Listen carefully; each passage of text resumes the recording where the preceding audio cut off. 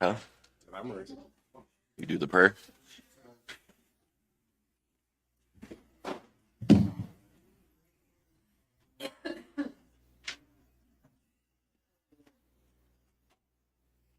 Morning, everyone. You'll follow me in the pledge of allegiance.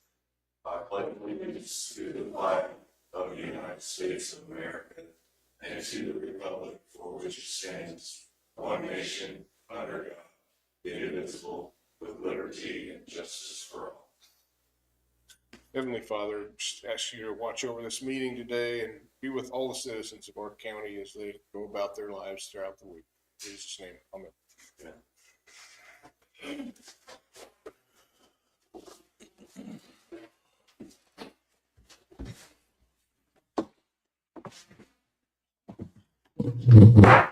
I now call the Monday, May 13th meeting of the Linn County Commission to order. Are there any additions or corrections to the minutes from last week's meeting? If not, I'll make a motion that we approve them as presented. I'll second it. Moved and seconded to approve the minutes as presented. All those in favor say aye. Aye. Aye. All opposed? Motion carries. On the claims, the reason there's an extra one there, when we were processing after checks were, we found one check that the wrong vendor number got entered on it. So we voided that one on the main list and then did another run to correct it. So, Okay. I'll make a motion, we accept the claims in the amount of $159,722.07. There's one for 158, 110, 36, and the other one's 1,611.71. Okay. I'll second that motion. It's been moved and seconded to approve the claims in the amount of $159,722.07. That's one for 158, 110.36, and another set for 1,611.71 cents. Is there any discussion? All those in favor say aye. Aye. Aye. All opposed? Motion carries. Any adds and abates, David? no.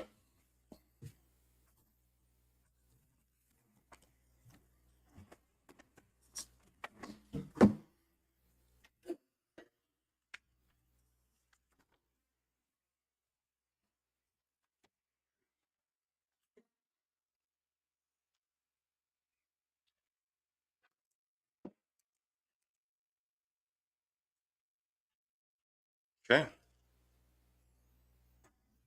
AMR?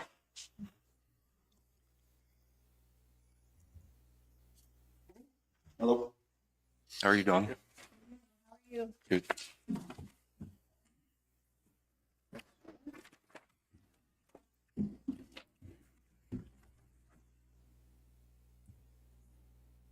Good morning, Don Brooks with American Medical Response. I have the monthly ambulance report for Linn County through the 10th of May. Fontana's had 0 calls. Blue Mounds had 2 calls, 1 transport. Centerville, 0 calls. Lacine, 5 calls, 2 transports. Linn Valley, 2 calls, 2 transports. Mound City, 6 calls, 4 transports. Parker, 9 calls, 4 transports. Pleasanton, 4 calls, 4 transports. Prescott, 2 calls, 1 transport, for a total of 30 calls and 18 transports through May 10th. Any questions? On that. I don't have any. Thank you, Dawn. Have a good week. Randy?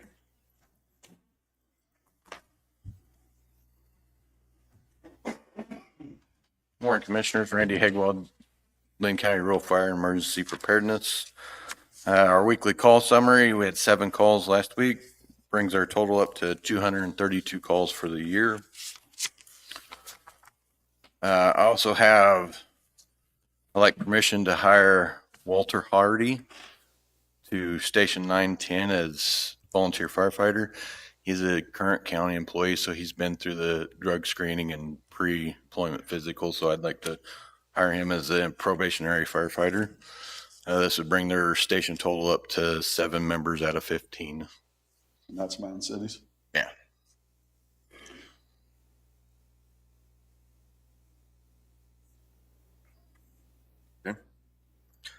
I'll make a motion that we hire Walter Hardy for Station 910 as a probationary firefighter. I'll second it. It's been moved and seconded to hire Walter Hardy for Station 910 as a probationary firefighter. Is there any discussion? All those in favor say aye. Aye. All opposed? Motion carries. I'd like permission to hire Josh Corrigan to Station 960 in Prescott. This will bring their station total up to 6 out of 15, pending pre-employment physical and drug test. What was his name again? Josh Corrigan.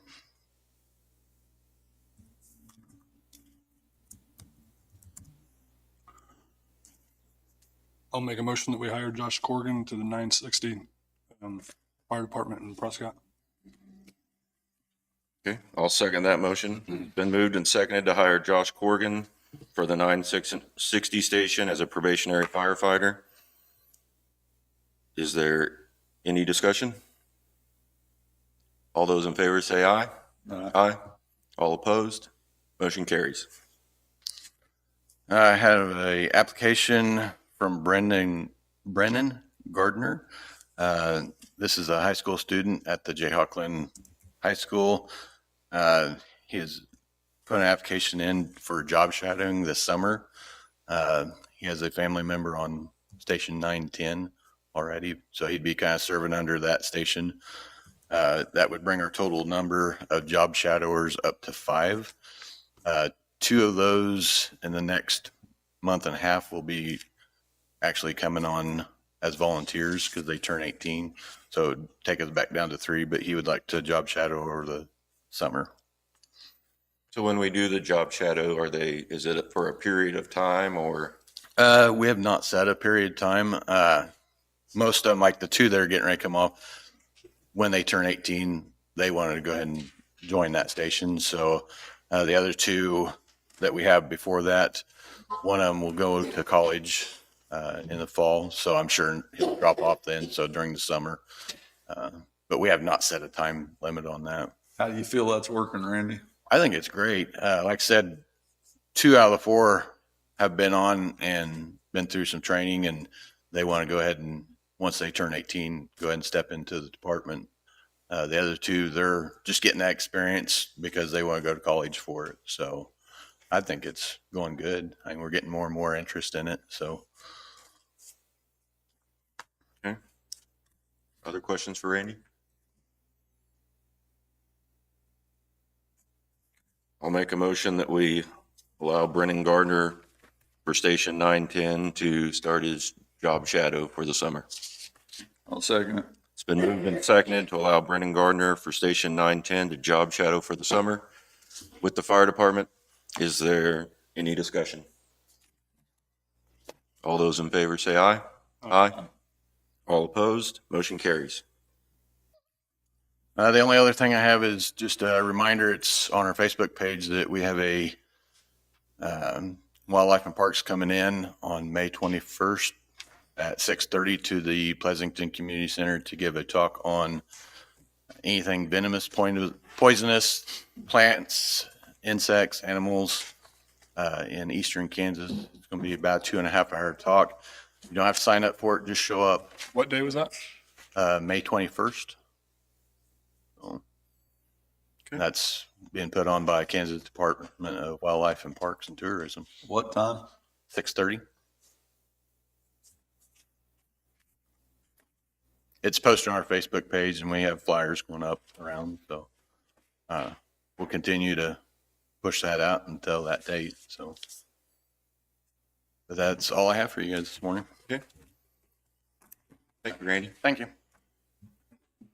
Sheriff's report for May 13th. Total prisoners of 65, 13 releases this past week. Total farmed out of 0. Total farmed in of 49. Total 911 calls 63. Jail contacts of 4,769. Total calls for service of 557. Total civil service papers served 26. VIN inspections 2. New cases open 21. Cases closed 5. Vehicle crashes 2. SRO activities 75. Calls for service. Bailiff contacts 192 with 73 calls for service and 13 livestock out. Here, 2 months ago, we talked about their benefits. We brought that lady came in, the sheriff. Correct. Do we have any progress on that, David? I mean, do you know where we're at on that? We've got some reports together that we're sending in to Okay, keep the process going. so it's in. We'll get there. I mean, and the goal on that was to make sure we had all that information prior to budget season. Yeah. Correct? Okay. So I just passed out the park report for the month. Okay, park year-to-date report. Marina sales for April, $1,046.37. Marina food sales of $932.79. Cabin rentals for $3,773.25. Boat fees of 0. KDWP fees of 42. Airbnb at $230.70. Permit and user fees of $22,492.19 for a total income of $28,517.30. Personal services of $10,000 for expenses of $10,508.56. Contractual of $6,447.67.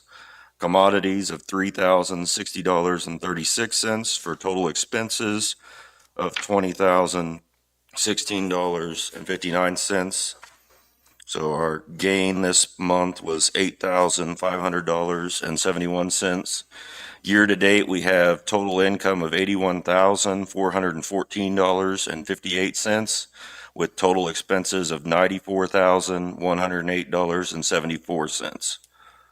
For a year-to-date total of a negative $12,694.16. I have a resolution for the sheriff's office for surplus vehicles. I can put this in the explanation on the sheriff late last week. So if you're ready to do that, we've got the resolution prepared.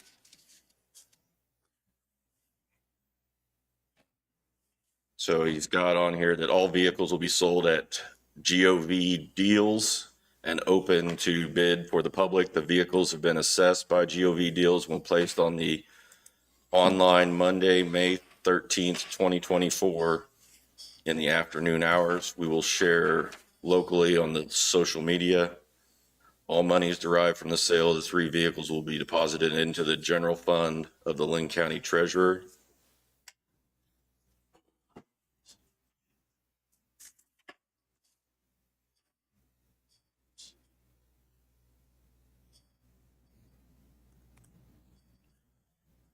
Anybody have any questions over the surplus property? I did just notice that says 19 on it. It should be 17 on the resolution number. I think that was just a typo putting it in, so 2024-17. yeah. Okay. Okay, I'll make a motion that we approve resolution 2024-17, a declaration of surplus property for the sheriff's office, for the 2016 Ford Transit van, a 2014 Dodge Charger, and a 2017 Ford SUV. I'll second it. It's been moved and seconded to approve Resolution 2024-17, a declaration of surplus property for the sheriff's office, for the 2016 Ford Transit van, a 2014 Dodge Charger, and a 2017 Ford SUV. Is there any discussion? All those in favor say aye. Aye. Aye. All opposed? Motion carries.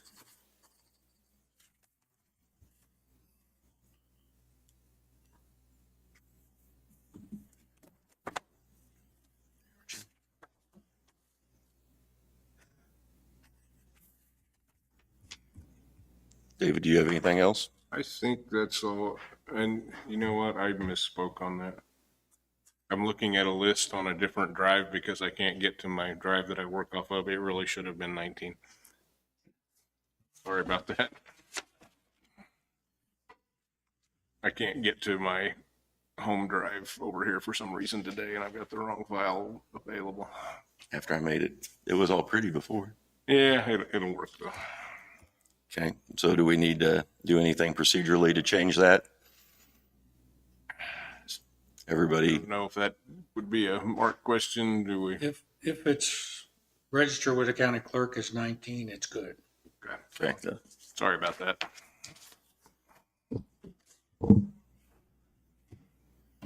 Mark, do you have anything? I'm going to think of. All right. Darren?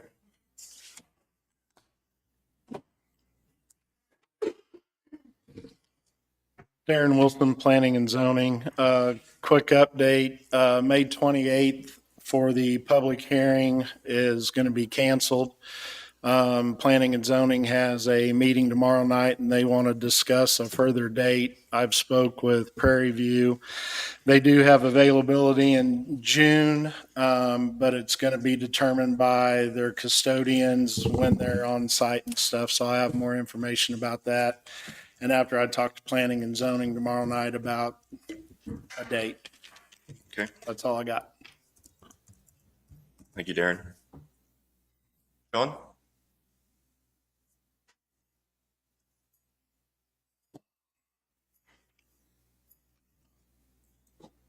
Sean West, Public Works Administrator.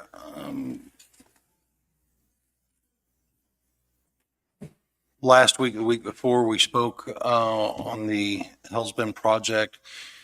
That project needs a resolution or a definitive answer, and we have to make contact with KDOT today. It was supposed to be last Friday. But they gave us an extension on it so that we could come up with a final decision on that project. Chad's here to speak about that project today from Call Valley. He also will be speaking on one of the other line items, the 900 wattles, and the repairs that we intend to do down there and his recommendation on that. Joyce will also be speaking about some pub works issues that we had over the last week and identified those issues and some transportation grant stuff that she needs to bring to you. The Evergy Bridge update, Kyle's contacted Chad in reference to the bridge reports and transferred those over. Also, I had contact with Kyle and asked him to send a written proposal over to Mark so we could start the legal review of that part while we're doing the engineering review on the bridge. Road graders will be preparing areas for dust control for 22 and 23 of this month, pending weather. We're still on track for those dates at this point. I'll be needing executive session for non-elected personnel. At this point, I'd ask for 10 minutes for non-elected personnel, and I can take it later after the rest of our items. The OS 21A Goodrich Bridge that we spoke about, I made contact with the landowners, gave positive feedback from them about that bridge and that roadway. Passed the contact information over to Mark, and I'll be passing over the mapping and the details on that bridge so that we can finish the rest of that and make our contacts with the property owners and come to some resolution with that. I sent you a 6-year road rock report to help your discussions on the review of the rock and the amounts that we've laid down.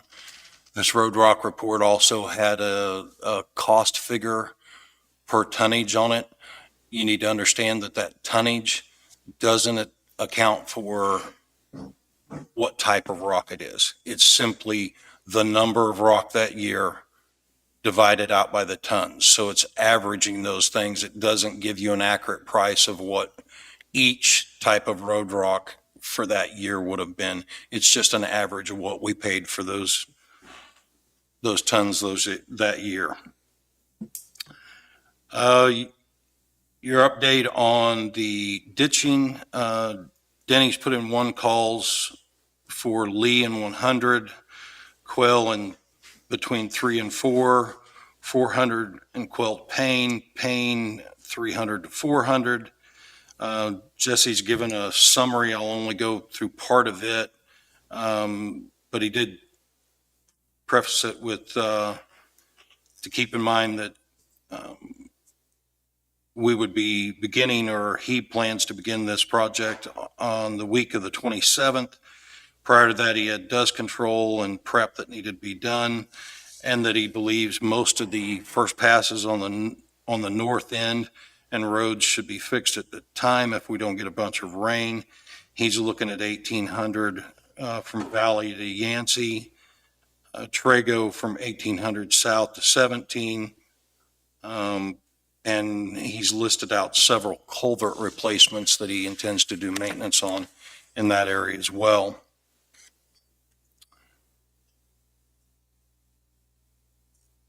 I also sent you a 3-year park income report so that you could review it and hopefully help with the discussions as we go forward with the park.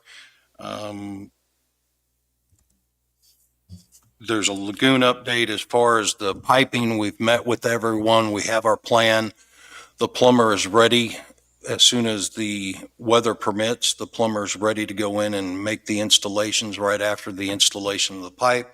Then Jesse will go in, time allowing, and start the dirt work and the riprap along those cells after the plumber goes through. I spoke to the plumber this past week. Everything's on track. The only caveat or change that he's asked us to make was he had requested advance payment for the piping. I said that wasn't an option. So we came to the agreement that when water is supplying the piping, that we would purchase that in advance and have it delivered.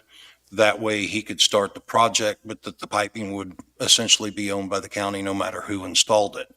But the project, as far as cost and price, has not changed. The next line, I had a senior center update. I'm being advised that I need to refigure that project because there's been some discussion on it, and I need to get updates on that before I update you on it. So things have changed there, and I'll need to come back to you with that line item. I seen maybe Randy's finishing the floor there. What is Randy? That again is what I'm trying to figure out. I spoke, I kind of talked to Sean, and then I kind of made some phone calls to Dr. Allen and some other people involved, and we're still in the works of it. Trying to get something going on it where we're not doing that. So I didn't get a for sure answer for today, but I want to speak with him in person. So Was with that. Stars was supposed to do it, Yeah, right? Stars was supposed to do it, and they ran out of time with school, and there's just some miscommunication. So, and Sean did a good job. He went through a lot trying to get things done, and So I just kind of helped step in and talk to him, and I'm gonna go meet him in person, talk to him in person, so. Okay. I think we got something figured out, just not for sure yet. Okay. Old District Court,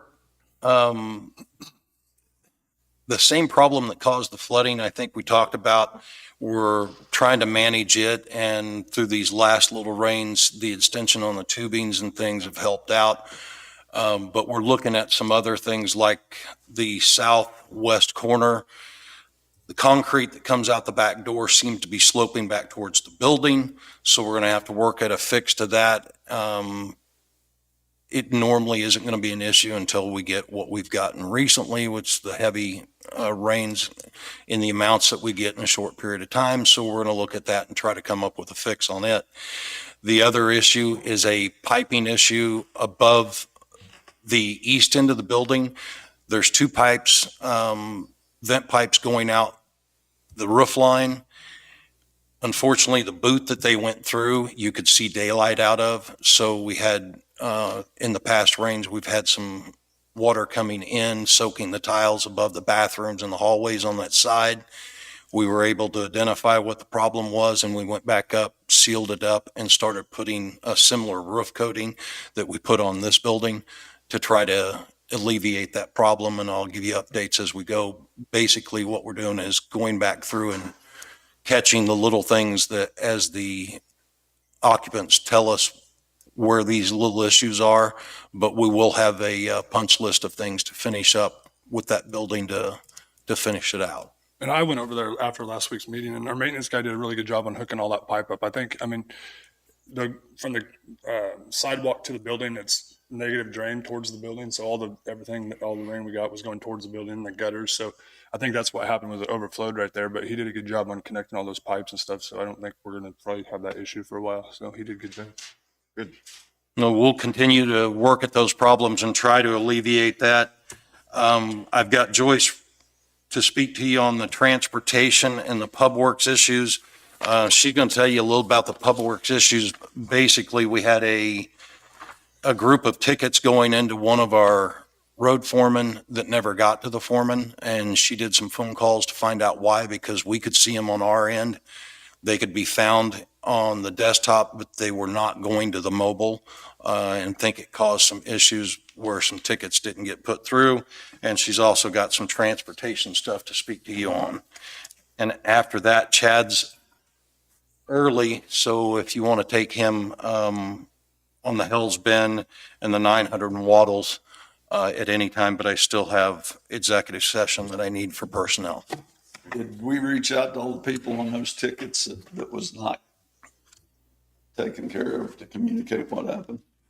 I'll have to get with Joyce and find out. She went through and got the fix on it, got them moved over so that we could find them on mobile, but I can't tell you the number of the tickets that were affected by this because she's going to have to give an explanation of it, of what she found. Yes, please.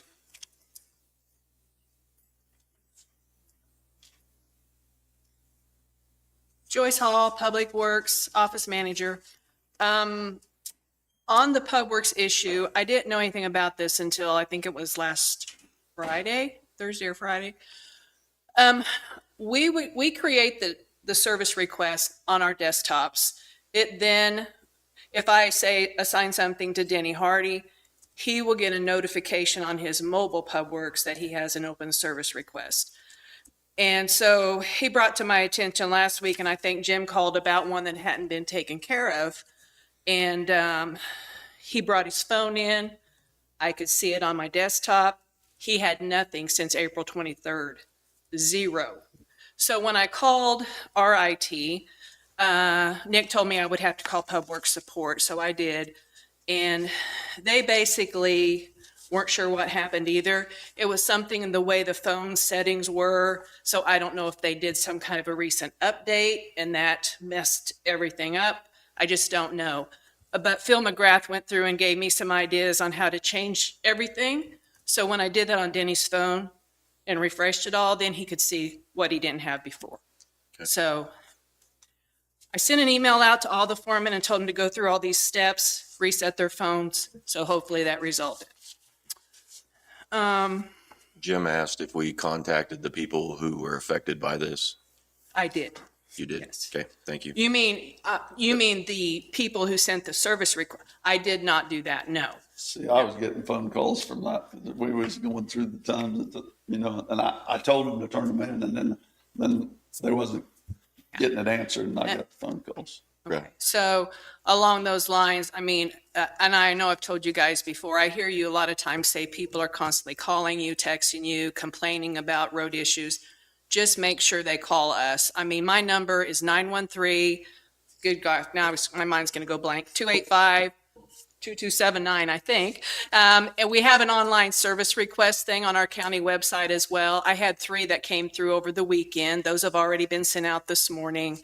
If you could verify, I've got to make a call back to Roger Carbon on one because it's really vague and I don't know where it's at.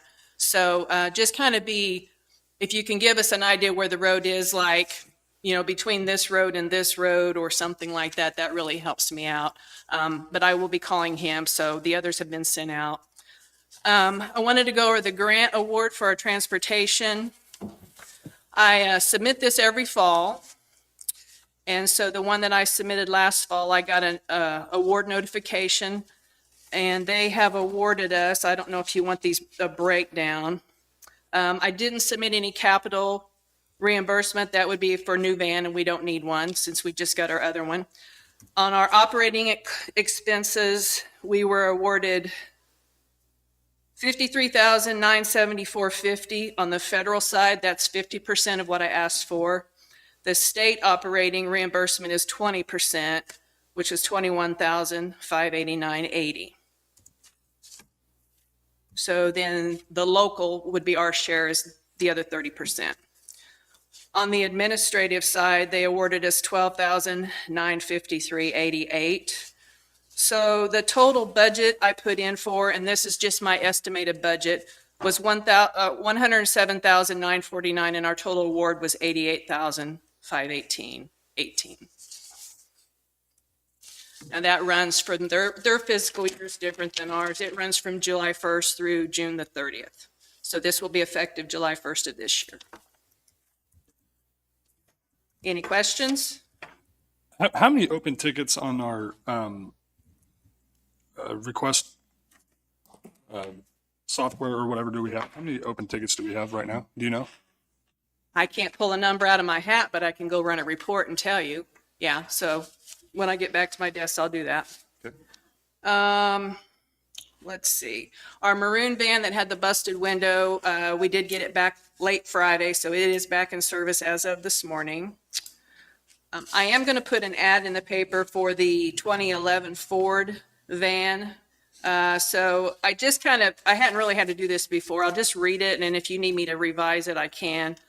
Linn County Public Transportation is accepting sealed bids for the surplus of the following equipment: 2011 Ford E350 12-passenger bus. Current mileage is 205,187. Submit sealed bids to the Linn County Annex. I gave our address. No later than 4:30 p.m. Friday, June the 7th. And then I gave my name and email and my phone number for any questions, or if anyone wants to set up an appointment to view the vehicle, they can come here to this location. Okay. Questions? Is there any way on this, the ticket issue, that we can have a default where we send them twice? I mean, whether 2 different ways to where we make sure that our foremen get the tickets A default to where? to where they get them, whether it's an email. I don't know how it works, but can we send it as an email plus? I do public, send them as an email or as we well. got some way. And the actual one that Denny did not get, my backup had sent them, and they didn't send an email. They just sent an online. You shouldn't have to send an email. I just do that just because I'm a little OCD on that kind of thing. When we create a service request to them, they should get a notification on their PubWorks mobile app that they have a new request. It should just be that simple. I generally will email mine as well. So they will get an email telling them that they have one. So your question about resending them. I'm just saying two ways of sending it. So Oh, where two they ways, verify, yes. we have a way of verifying that they can get it. I do. Two different, So, I so do doing do the that. public works and the email would be two ways, right? that's what I said. And that's what I've If we always done. continue, if we continue with that process, They should be okay. right, we won't have as many falling through the cracks. And that's on right? me for not telling my backup that I did that. That's just something I've always done and never thought twice about it. So Okay. I will let them know to do that as well. Okay. Let's see. I think that's pretty much everything I had. If you guys don't have any questions, I would just like to say something regarding what makes a good boss. They trust their employees to perform their duties. They have integrity. They're innovative. They provide direction and purpose to their staff. They communicate effectively. They have empathy. They have courage to stand up for their people. I've worked for 43 years.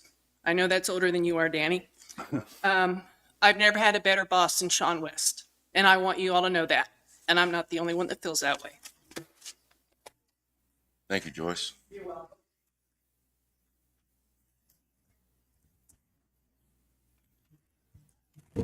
If you'd like to have Chad come in, we can do him, or we can go to the executive session for the personnel, either way.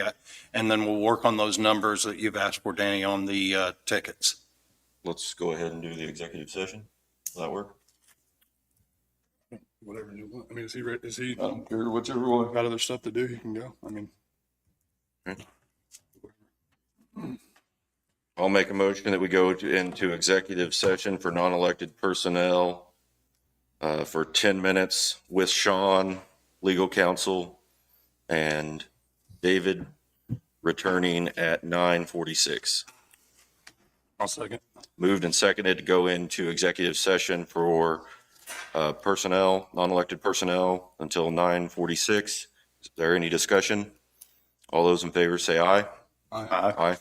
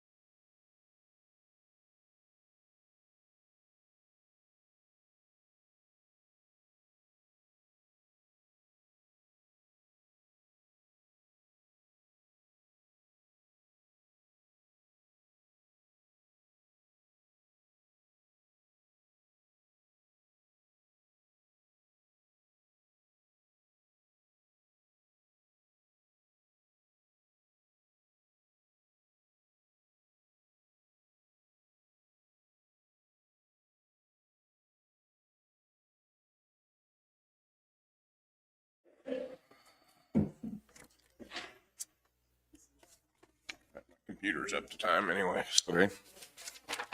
We have action from executive session. Commissioners, I'd recommend you hire Alec Pennington as an operator 2 8H 183611 for our south shop. And Craig Cox, mechanic 2 at 10B 2073, again for the south shop.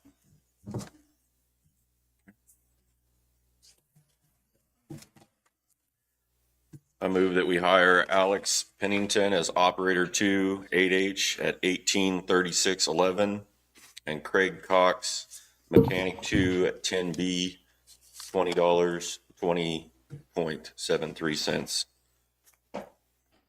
I'll second. It's been moved and seconded to hire Alex Pendleton as an operator 2 at 8H and Craig Cox as a mechanic 2 at 10B. Is there any discussion? All those in favor say aye. Aye. All opposed? Motion carries. Commissioners, the answer to your question as far as the service requests or tickets, there are currently 66 tickets open, or service requests open. 35 of those are since our weather incidents or roadway, so the rest of those would be longer term service requests, maybe like the lagoon or culvert pipes that are scheduled for installation, things that are on the books but aren't being done until they do multiple at one time. There are some signs, ditch and building maintenance, bridges, debris removal, but 35 of those are still pending from our weather incident forward. And we're receiving quite a few daily. So How are we doing with those? Are we taking the graders off the roads that are, I'm getting a lot of phone calls and a lot of frustrated people asking why the blade's not going down as they're going to the spot that they're trying to fix. They're skipping over a bunch of areas and I can't answer them. So I'm getting the same phone calls. I had a property owner yesterday who was out in our road with his own equipment fixing our road. okay. And I'll go on with it. He told me just last night that 3 to 4 maintainers have been down his road since the incident with their blade up. Okay. that's the biggest, that's what I keep hearing too. Why don't they just push the windrow on the way to that spot out in the middle of the road and then on their way back, take it to the other side? And I agree. But I don't know what kind of order of operation is going on in the shop. So that's why I'm asking. Well, I can tell you that priorities come in and they're trying to prioritize the worst roads and get everything in their grader operator or area open. So they're not necessarily trying to take a roadway that's 80% and move it to 90 as much as they're trying to get to an area that may be at 40 and get it to 60%, but passable. So they're trying to get to those areas. But as far as grading along the way, the only thing I can say before I go to the shop foremans and get you a definitive answer is that they are prioritizing those roadways and trying to get to those roadways and get them all moved up at a level together before they come back to roadways that are already improved compared to the ones that they're trying to get to. They're trying to bring the overall condition of their grader area up at one time and spend that time on those roads that are extremely deficient at this time because of weather. I mean, can we not take like a loader or a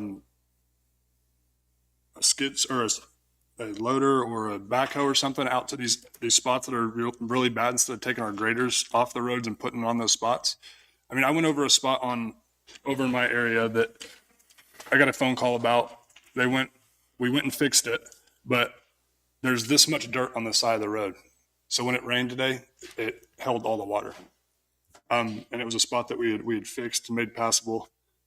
But it'd make more sense to me to take a loader out there to do that stuff than take our grader off the road. Well, I had a conversation with both road foremen this week. I talked to both of them. We have one that's saying they don't drive down the road, that they don't grade it. The other one's saying that they go down a road to get to some place that they have a work order or something, and then they're not grading. And I've seen it multiple times this week, that graders are going down the roads. I've had phone calls, graders are going down the roads with their blade up. And just like I said yesterday, I talked to an individual last night who's out there fixing the road himself. He said the blade went by 4 times last week. And I seen an instance that the blade was out in an area, and when he went back to town, he went the same place, the same way he came, on the gravel road that he hit 2 or 3 spots at. And he was back in town at between 3 and 3:30. That was a fixed area. I just don't. Are all the roads passable now in the county? All the gravel roads? From my understanding, the high traffic roadways, I'm not going to say the minimum maintenance or the secondary roadways, if we can call them that. From my understanding, the majority of the high traffic roadways have been made passable, and they're going to go back through and then make improvements to those roadways as weather permits and moving forward. But from my understanding, the last one that I knew about was Scott Road, and we had someone out working on it on Saturday to blade that roadway. On Scott Road? We had a operator working Saturday to blade that roadway because it had a lot of rutting and washboarding. And we were trying to get to it before rain came in this week. So we have, what'd you say, 66 tickets still open? 66 open, 35 since the weather incident. And then we're starting the dust control on the 27th? No, the dust control is 22, 23. That, and the 27th is when Jesse in the north area plans to start his ditching operations that week after the dust control. So on the dust control, how long does it take to do that, to prep the roads for dust control? That would depend on how many in each area those operators had to do. I couldn't give you a definitive answer, but I can reach out for one. But they're going to be working on those 2 days if the weather permits, correct? Yes. They'll be finished in 2 days. The application will be finished in 2 days, but the preparation for those prior to the application, So they're going to applicate on the 22nd and 23rd? Or we're prepping the roads on the 22nd and 23rd? the application is scheduled, weather permitting, for the 22nd and 23rd. And we'll have to have those prepped and ready for that application at that time. Are we not able to push that back? We could push that back, but I believe last year we had a lot of difficulties and had a lot of complaints in that program because it was pushed back, not by us, but by the company quite a bit. And the application came very, very late in the year. So we're trying to get the application as soon as possible. We had, I think, 46 people who paid for dust control this year. And I normally try to get the guys out and give them 2 weeks to prep everything before they come. It doesn't take them 2 weeks, but I try to allow that with my schedule to give them 2. So we're talking the 22nd, 23rd of this month, like right now. 9 days. That's next Wednesday and So Thursday. we're going to take the graders off the roads again. Danny, I can tell you, they did not get dust control, a lot of them, until August last year.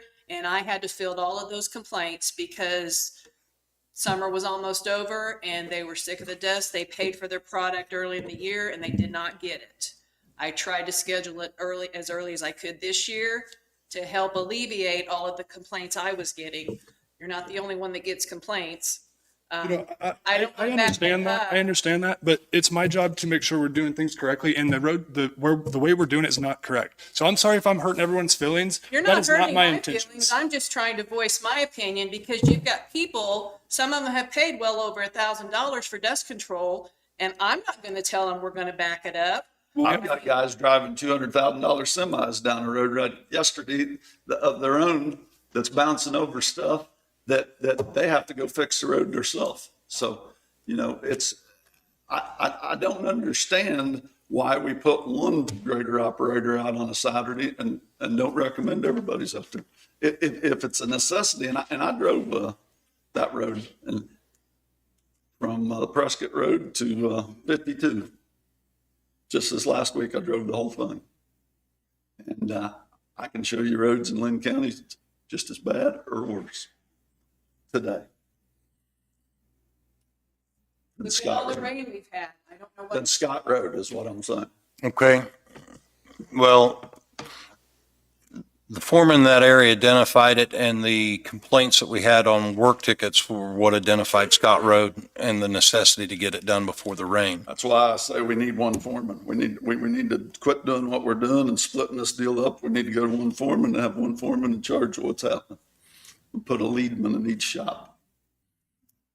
Because we've got one foreman telling me that we don't drive down the road without grading it. Then I have another one telling me that we've got to get to where the work order is. I consider, and it's by rights, I had people call me this week and you know, Linn County's one big work order right now is what and then he was right. I just don't see how we're going to get out of this work order hole if we're working on work orders, not maintaining the roads or trying to fix them to alleviate the problem, and then we're going to pull them off this week, I guess, to I don't think we're prep the pulling, roads. I don't think we'll pull them off, but they will go to those areas as they need to prep those sections of roadway. I can't tell you, as far as we've done this every year, I can't tell you whether or not we're taking the grader in that district or we're taking one grader for multiple districts and prepping that. I'll have to get with the foremans and find out the answer to that. But they will have to prep those prior to the application or the money will be wasted on the application. I mean, we have an order for a state of emergency for repairs on our roads, correct? Correct. I mean, I would think that people would understand what's going on. If you ask me, that's more of a luxury item than anything. I mean, there's people out there that pay taxes for the roads too. I mean, look at their roads. So we should just stop repairing their roads to just go do the luxury part of it, of dust Well, control. what gets me too, Danny, is just like I said, the landowner told me that he's seen 3 to 4 graders in this area last week. And he's out there fixing the road yesterday himself. I agree. I mean, here, I was frustrated too. I have videos of me videoing my mirror that was about to bounce off my truck. That's how irritated I was. So, I mean, and that's a true story. I have the video. I've driven a lot of roads this week, a lot more than I've ever driven since I've been a commissioner, just to see, because people's calling me and I want to see what they're saying. And I agree with them. I do too. I think that. So last week we talked about putting together a crew to take care of the ditches, all that stuff. Are we doing that right now? I'm sorry, to take care of the ditches and What we set out and what we advised him to do, and correct me if you think that I'm wrong on this, was we wanted 4 miles done of ditching in the in next both 3 days. in the north and south areas. That was our agreement last week. That's what we asked for, correct? That's right. And have we started that? And that's what I gave you the report on, the areas that they had identified and the areas that they're putting locates in both the north and the south area. It should be on the agenda that I sent to you. 3 and 100 quail and from 3 to 400, 400 quail to Payne 3 to 400 in the south. 1800 Road from Valley to Yancey. Trago from 1800 Road to 1700 Road in the north shops.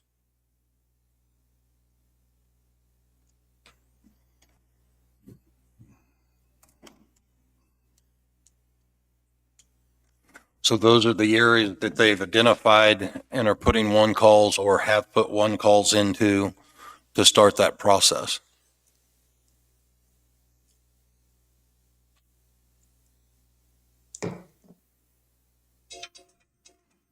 How many spots do we have open on the road department? Field operators. Operator slots after today, I believe you have 2 to 3 openings and a mower opening. And I'm going to have to check those after what we did today.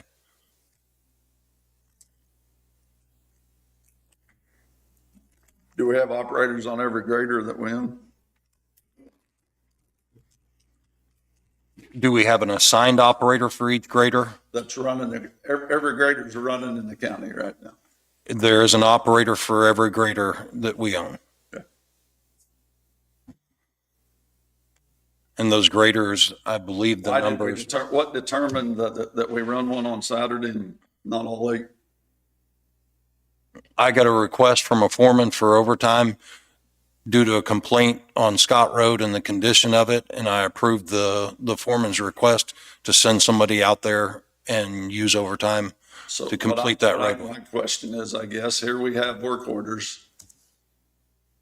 It's open requests, and we're behind, and we send one operator out, and we have 7 other graders that we didn't send out. We have an opportunity to be reimbursed the money and we're not taking advantage of it. I got one request for overtime for that grader and approved it. So are you saying we should be I don't know paying why, more overtime? I mean, And if we're able to get the funds back from this emergency, right? As my understanding, as long as we don't comp that time, if we pay it in overtime during this period, that it is reimbursable, but we can't forward that money in the comp process. I think that's a So viable we can solution. request it be overtime instead of comp time. Don't you, I mean, I mean, I don't know why we wouldn't be. I mean, that's how I would run it, but And another thing is, I say, and I don't mind if somebody comes in 30 minutes early or 45 minutes early, but what I don't like is I see an hour to 2 hours on one end and an hour on the other, and same work in the same shops. So, I mean, whether we're filling them up and greasing them, if we do it at night, we need to get gone in the morning, or vice versa. Would you agree? I would. I get multiple complaints about that. And I see it quite often.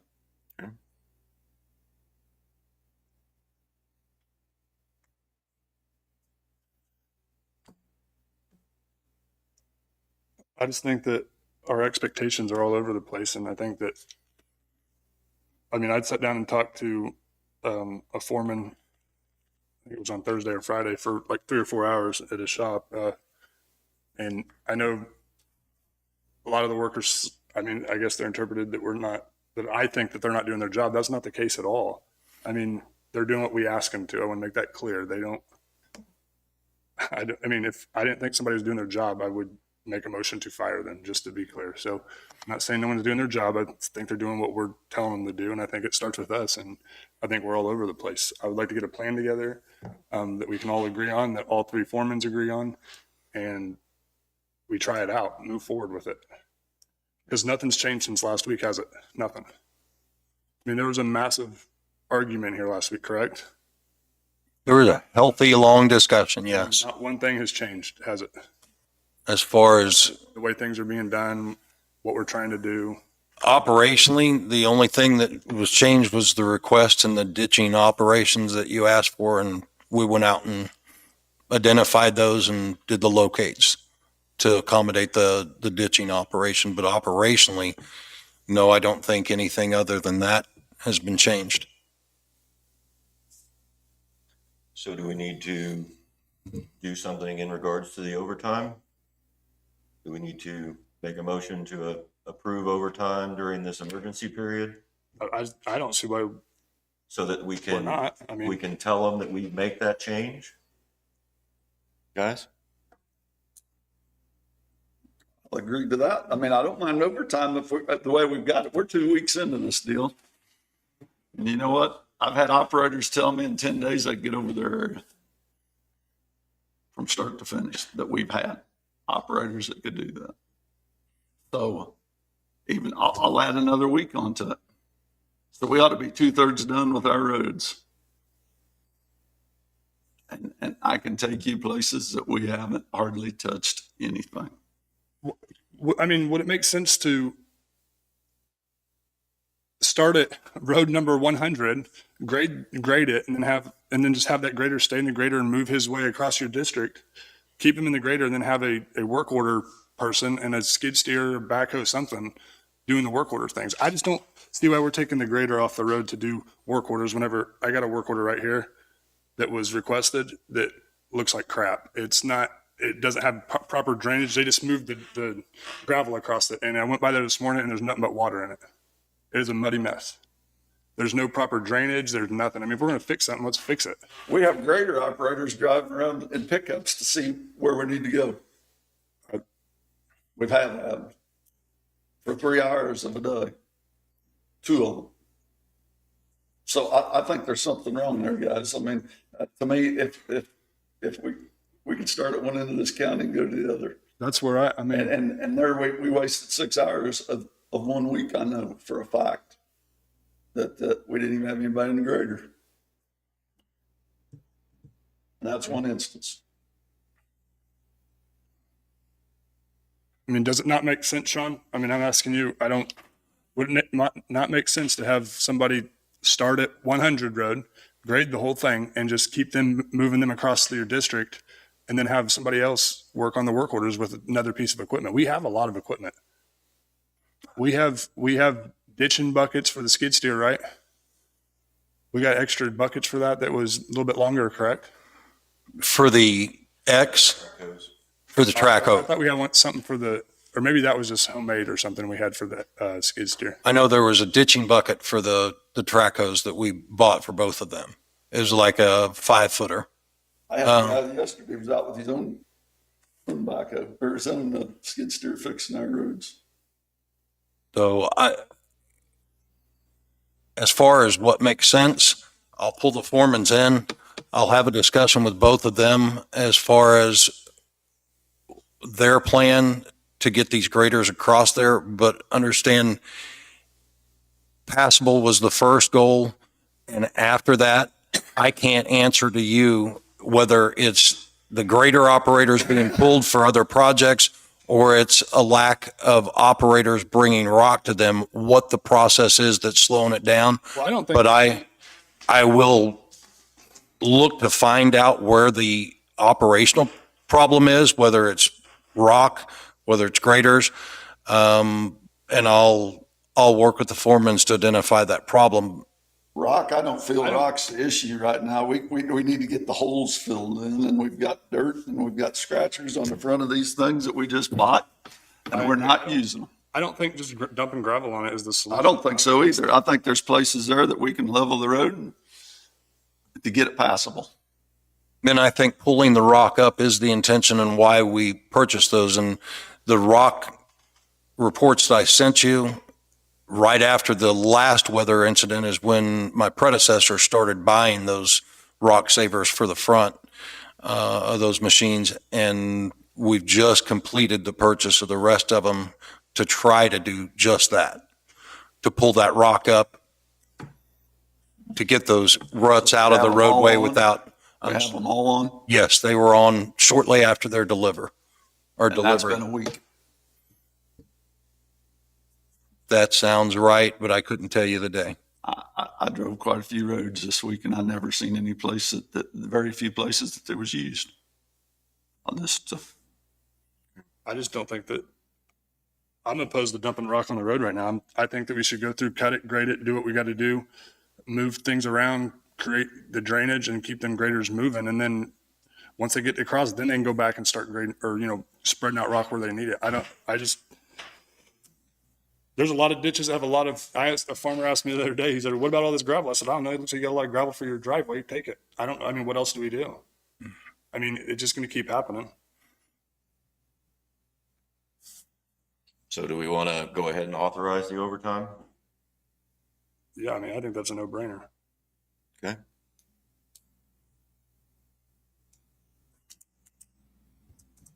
I'll make a motion that we allow the road shops to have overtime here during this emergency period to fix roads. Week to week. Let's go this week. Let's see where we're at. Okay. I Week to don't week. see, I think we should make it mandatory. If it's a snowstorm, we do, right? Okay.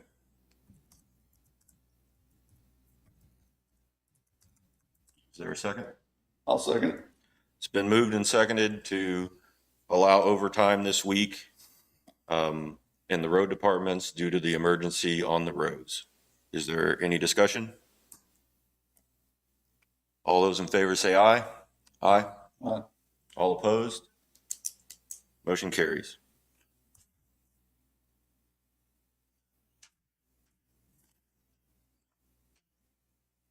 So they will reimburse us for rock as well if we're buying it during this period or not.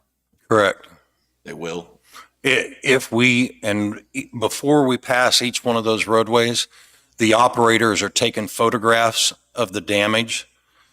If we can prove before and after that damage was because of this storm event and hold evidence of that, and we're turning those in with those Service. reports and keeping those in our system, if we can prove that, then we can recover that funding. The only thing I think Randy told me that was of a concern would be bridging, and that if a bridge's condition was poor before the incident and it was a lack of maintenance, they're not going to give you money for funding to repair something that wasn't up to snuff before. But I think our approaches are the problem, not the bridges themselves. I'm with Danny on this deal as far as getting the blades on the roads. I'm not for dumping a lot of gravel on these roads. Let's get them smoothed out. Can we not I'm stockpile the not gravel? for dumping all the truck drivers out here. I'm going to say that. I want blades running. That was our overtime on the blades. I'm not for dumping gravel everywhere. We can smooth these roads out. Okay. The majority of them with a blade. There's places there's rocks sticking out. I understand that. But, If during the day, if the dump truck operators are not needed on the roads, can we not have them stockpile gravel somewhere that we're going to need for this emergency? They have locations that we can stockpile gravel. I don't know if they're to the point where they can stockpile gravel as opposed to delivering it to project sites. I'll have to come up with the answer to that one because Can they not jump in a backhoe and load their dump truck? I'm just saying, we're talking about them not having enough time to get stuff done. So what happens when they bring them gravel out on the road? They grade the road, a grader operator needs gravel. They sit there and wait for them to bring it to them, and then they spread it all out, back up, spread it. Is that how it happens? if a grader operator identifies a need for gravel, they call on the radio, send a driver, and I think this morning I heard a discussion between the two foremans about getting one of the operators, 2 trucks assigned to fix an area over near Pleasanton. So that area needed operators, and those operators needed rock. So they identified 2 drivers that could push rock to that area to get that grader operator through it so he could go on to his next task faster. I would say in my area, what I've witnessed is that if they're calling out, if there's rock trucks running, that the grader is in that area, but he's working on other roads while they're dumping rock and then coming back through and going over that road once they're done dumping rock. That way he's not just sitting there. Well, I mean, I just go back. My opinion is I won't even put rock on the road until the road's fixed. That's just where I'm at. I'm taking a hell of a beating now. I'll take a beating for that too. So, because then I'll have a plan to tell somebody. Right now, I just tell them when they call, oh, do a work order. That's not a plan. I can't. Well, I'll give the direction that you given me to the shop foremans and ask that they report those hours of overtime to those graders and ask that the hours of overtime, that any of those hours be on rock saving, and pulling the roadways up for leveling rather than grading operations that need rock. So I'll identify those as the first projects that they should get to and spend that overtime on rather than hauling rock to those areas. And I don't believe with the quarry operations, if we're talking overtime, they're not going to be open during those hours anyway. Right. I asked last week, do we have our supervisors working the same shifts now? Is there, Yes. everybody's working the same shift? Yes. Okay.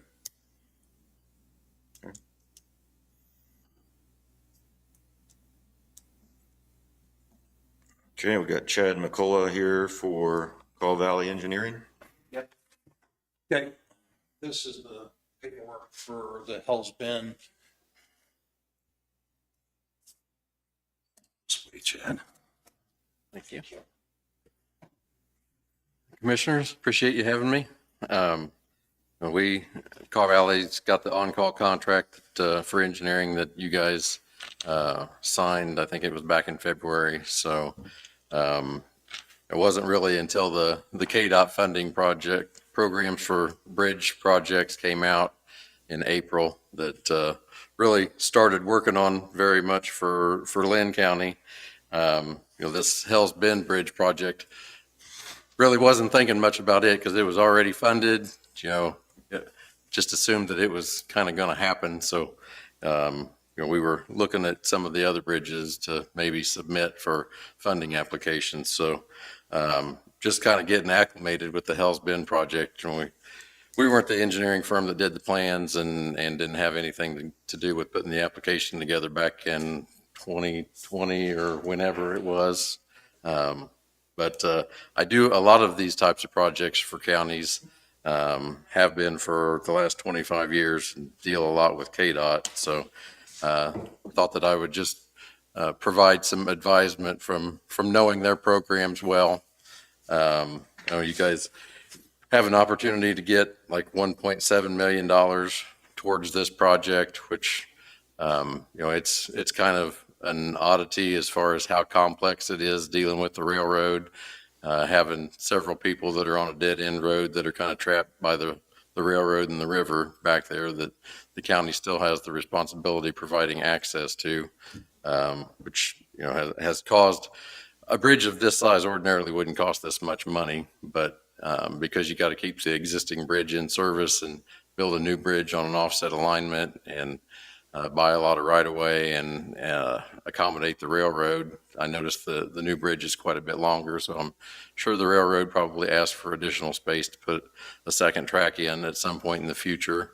The existing bridge probably didn't meet the horizontal clearances, so there's a whole lot of complexity to this project that's caused it to be as expensive as it is. I will tell you, and especially at the time that you applied for this project, and when I say you, I'm talking about Linn County as a whole. You guys weren't necessarily part of the commission at that time, but KDOT views Linn County as a whole rather than, individual commissions or individuals. But an opportunity to have $1.7 million of KDOT money on this off-system bridge program at the time that you applied, $1 million was the maximum that they advertised. So they made a special accommodation because of the need that they saw for this project to grant Linn County more money than they were offering in the program, which doesn't happen very often for one. I think that they've maybe offered more than $1 million a handful of times in the last 15 years for bridge projects. So this is a special occasion. The other thing about it is this was FY '22 money for the feds. It's federal pass-through money that KDOT administers. It was supposed to have been spent 2 years ago. I can promise you that they've had to beg FHWA to hold this money for this project for the last couple of years, because their ordinary schedule for a project like this, after they notify you that you've been awarded the money, is a 2-year schedule. So I'm sure that they've had to pull a lot of strings on their end to make sure that this money is still available, 4 and 5 years down the road still. So, they can't tell you that, that you don't have the same opportunity on future applications that anyone else would have. But I can tell you that if you didn't take this money, one, you could forget about ever getting any money for this particular bridge again if you ever submitted it. They would never fund it again if you didn't take their money this time. And they probably would not give you a selected application for at least another 5 or 6 years, just to make a point. Human nature. They've spent tons and tons of time on this. You guys have spent tons and tons of time with your staff. The engineering firm that did the plans has, spent quite a bit of your money and a lot of their time putting this together. So the other thing, on that is, even though it's not falling down right now, it's a kind of a situation where you can't wait for it to, the next truck's going to take it down type of thing. Those people are going to be trapped on the other side of the railroad if something ever does happen. You've also got the possibility that KDOT comes and does a quality control inspection of it and decides it needs to be closed. Even though it's your bridge, if they decide that it's getting closed, there's not a thing you can do about it. So there's not going to be a ton of opportunities to get this bridge funded. I realize that it's a lot of money and it's not a ton of people that it's serving, but every county has these situations where it seems like you spend an inordinate amount of money to serve just a handful of people. And this is just an oddity of the way the river has carved it out and where the railroad is at, that, this one is just excessively expensive for no more bridge than it is. But at the same time, you're going to have to do it at some point in time. You're not always going to have $1.7 million of somebody else's money to do it with. So I'm here to answer any questions that you guys might have. But the other thing is, if Linn County wasn't going to use the money, there are other cities and counties that could have used that money in that grant cycle. It's projects that could have been done somewhere else with that money that, it's too late to use. Now, if it doesn't get used on this project, that money's not coming back. It disappears in the federal budget. So. Questions for Chad? When we do our bridge inspections,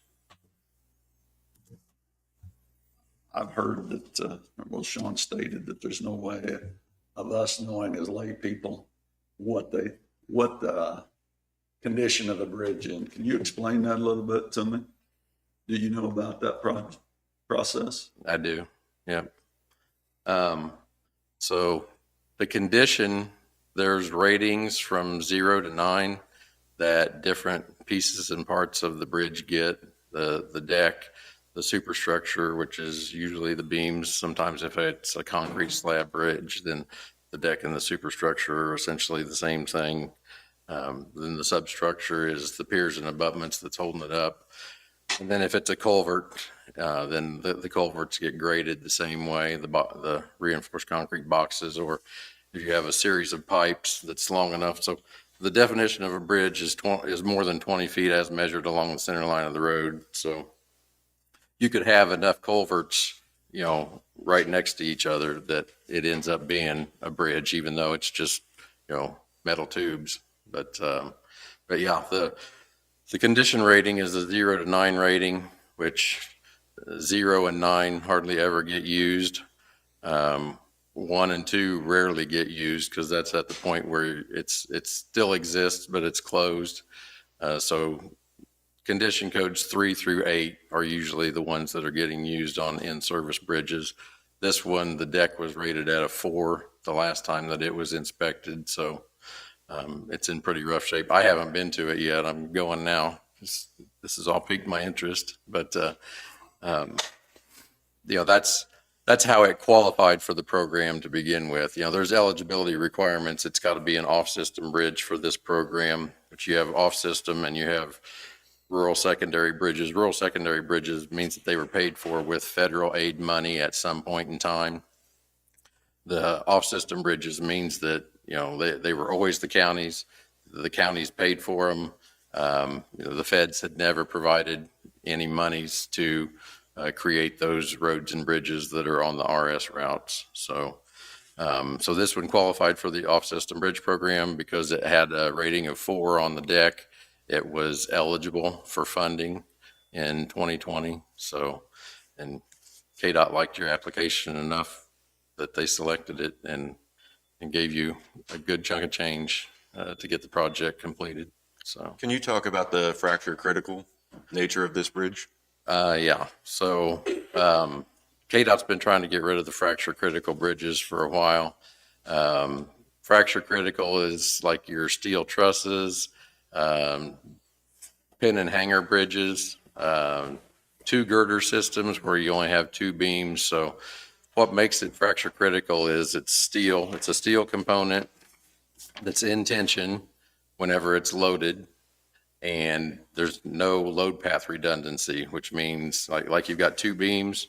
If something happens to one of them, the whole bridge is going down because the other beam's not going to be able to hold everything up. So, so the bridges that fall under that category, KDOT's really been making a push for the last probably 12 to 15 years to get rid of those. And you guys probably realize that you have to have special fracture critical inspections done on those, and they are not cheap. So, there's some benefit obviously to getting those off of your inventory because you're not paying that ongoing biennial expense for the fracture critical inspections. But they're obviously not allowing anybody to build fracture critical bridges anymore just because of their nature.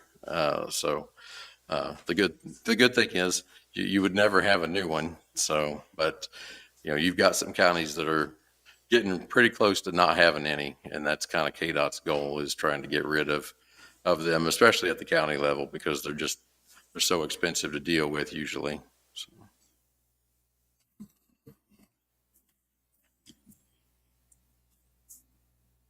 I realize it's not the worst bridge in the county, but it's an opportunity to get rid of one that could really cause you guys problems at some point in the future, just by the nature of the characteristics.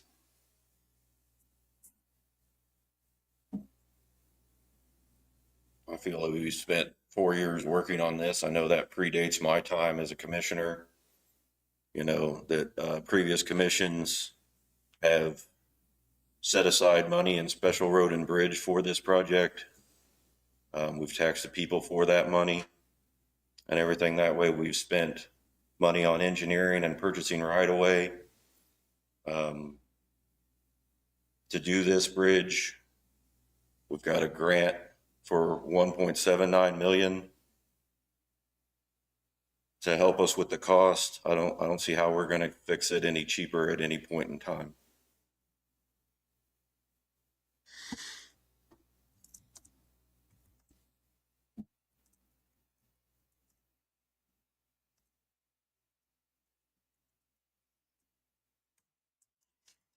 Typically on something like that, when I think of construction projects, I think of change orders that are coming afterwards. I mean, there's probably not an average of what a typical job like that, what the overages are on it. But do you have an idea of where something, because we were at what, 300,000 when we first started this? Is that what it was going to cost us? 300 was supposed to, when we started. And now we're at what? 439. I mean, where do you think we'll end up if we do a project like this with change orders? KDOT usually figures, about 5%.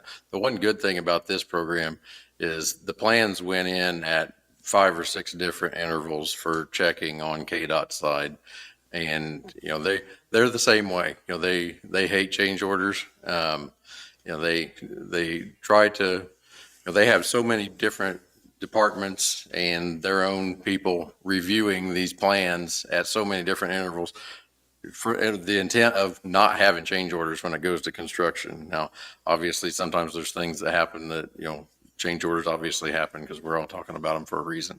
But compared to a project that, maybe gets designed and engineering firm puts the plans and the contract documents together and the county bids it out at their level, and, maybe somebody didn't notice something or whatever, there's much less chance of that on something like this because you've got KDOT's design people that are looking at the road stuff. You've got their bridge engineers that are looking at all the bridge stuff. You've got their construction department that's looking at the plans and thinking about, how are we going to pay for this? Or do we have enough quantity in this item if we overrun by a little? So there's some of their quantities that, they will tell the engineering firms to intentionally bump up by 10%. That way the quantity is there when it's bid. If they need a little more than what the plans show, it's already there. You don't have to go and wait for a change order. You can just go ahead and do it. So it's much less likely that you're going to run into, especially something big ticket on a project like this, because they've reviewed it to the hilt, because the federal pass-through money, they are required to do that with. And KDOT will be managing. It's going to be their contract for construction. That's what, once you guys write them the check and say that you're okay, if that's what you decide to do, they're going to take it and run with it. It's no longer going to be your project until it's all the way done and built and they open it back up to traffic and turn it over to you. It's going to be their project and their contractor and their construction inspector. Which is kind of nice, because on a project that size, you don't necessarily want to be in the middle of it. They do these kind of projects all the time, so let them handle it. So the first time that these plans were let, we didn't have very many bidders on it, correct? Do you know anything about that? I knew that it was rebid because it came in over the estimate, or? Oh, there was only one bid. Yeah. What in your experience, why did that happen like that? With being a government job like that. This didn't used to happen to KDOT a whole lot, but it's been happening more and more the last couple of years, where they put things out there and nobody bids on it. Used to never happen to them. So coming out of COVID, you had a lot of projects that were held up, that were just kind of waiting to get bid out. That cities and counties and even KDOT themselves kind of held on to, because hardly anybody was working. Then you were coming right into a 10-year KDOT program that was the most well-funded of any program KDOT's ever had. And then 3 years ago, you had the Biden administration dump 5 years worth of that bipartisan infrastructure law money on all the states.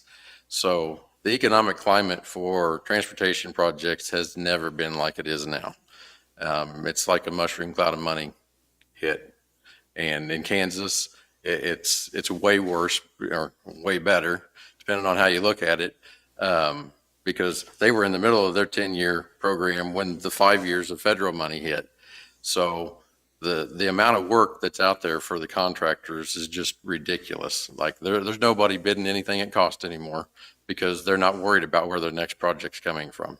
There's probably another 7 or 8 years worth of money and transportation projects out there. So coming out of COVID, a lot of it was the materials, the steel especially was really, really high. The material stuff has come back down to normal, which is good, because it makes it easier for people like me to do estimates. There was a time when somebody called me and asked me for an estimate, and I just about cringed because I couldn't hardly make it high enough to feel safe. Things are more predictable now, but they're still high, and part of it is the labor. The contractors are, they're stealing your people just like they're stealing every county's people, and it's because they're paying more. Well, they're getting paid more to do the projects that they've always done before for probably 75 or 80% of the money. And And it's because they're putting, so they're having to pay the people more, and they're getting more profit for what they're doing because they're not worried about finding the next job. There's always going to be a next job for the next 7 or 8 years. So right now, you're going to have somewhat high prices. I will say, the 2 contractors that bid this last time are both very reputable, and either one would do a really good job. But it sounds like this last time that it came in much closer to the engineer's estimate. So, the contractor Which that's is, low, which is kind of scary to me.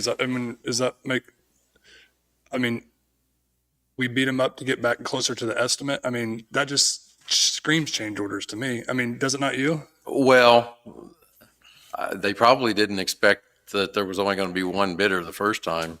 I suspect that the bigger contractors probably thought that there'd be quite a bit of activity. So I suspect that these 2 jumped in there thinking that maybe there would only be one bidder again. But I mean, the good news is they were close to each other, which is always comforting.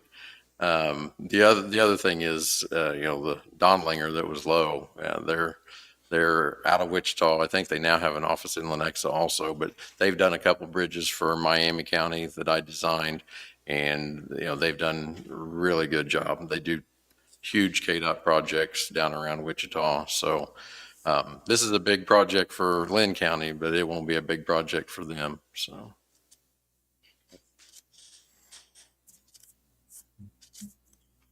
How many applicants were in the running for this money, Jessica? Do you know when you applied for the grant?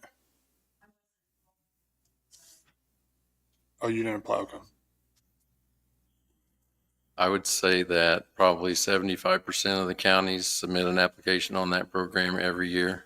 So there's 105 counties, so I bet 75 or 80. Right now, with the money that's out there the last couple of years, these 2 bridge programs that are annual, KDOT got 250 applications last year for those 2 programs. So they are getting inundated with applications right now. Everybody's submitting because they didn't used to have this much money to hand out. So they're taking care of, especially some of the bigger bridges now that before they were just like, we know they're out there and we know that the counties need help because they can't afford to pay for 100% of it themselves. So they're knocking out some of these bigger bridges that before they never had enough money. $1 million as a maximum wasn't enough money to handle some of the ones that they've been picking the last couple of years. They've been picking some $4 and $5 million bridges where, the counties may be paying for 20%, but KDOT's covering the lion's share. And that's just with this 5 years of federal money. We've got 3 more years of that, and then it'll go back to the way things always were. But which is kind of why, in the projects, the 2 bridges that we had kind of picked out to submit applications on, they're probably not the worst as far as condition wise in the county, but when else are you going to be able to get enough money to actually take care of that size of bridge? And you definitely wouldn't want to have to do it with all of your own money. And when things go back to normal, these $1 million for a bridge awards are going to be very rare. I suspect that in the year that you got yours, you were probably the only one that was over $1 million. Most of them were probably 300 to 600,000.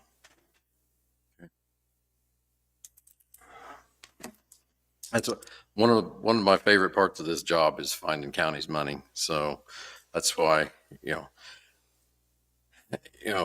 hit rate on the applications for these 2 programs, I'd say, is probably about 25% hit rate. So I see that somebody got one for 1.7 million, and the thought of the project not getting built just it just eats at me a little bit, because this is one of the funner things I do, as far as when you see how excited people are whenever they get these grants. So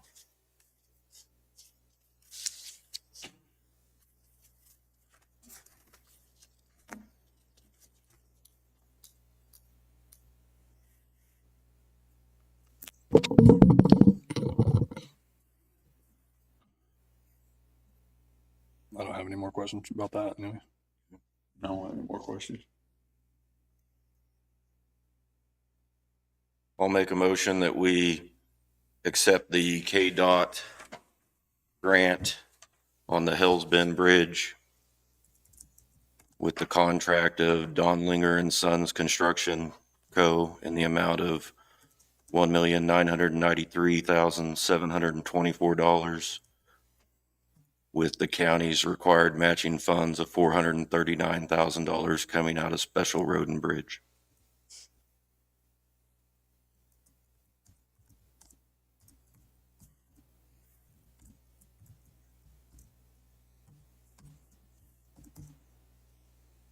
Is there a second? Would they have to have an answer today? Is that what Sean said? Is that, Yes, it was supposed to be answered last Friday, and they gave us an extension to the day, but they again moved the date for us, but today, or actually this afternoon, is the drop dead date for an answer to them.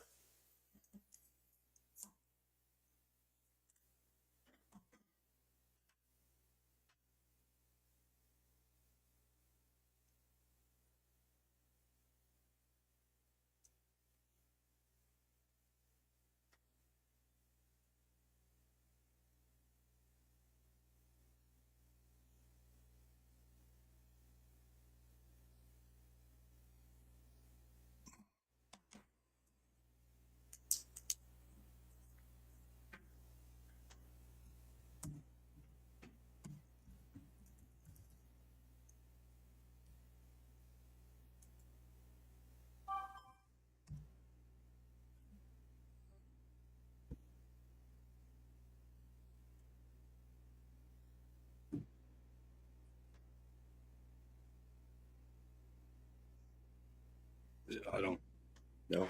I'm not there yet. I mean, I'm not there. Okay.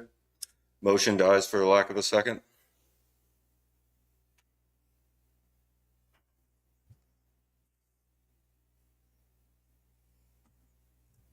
So do you guys want to submit any applications this year?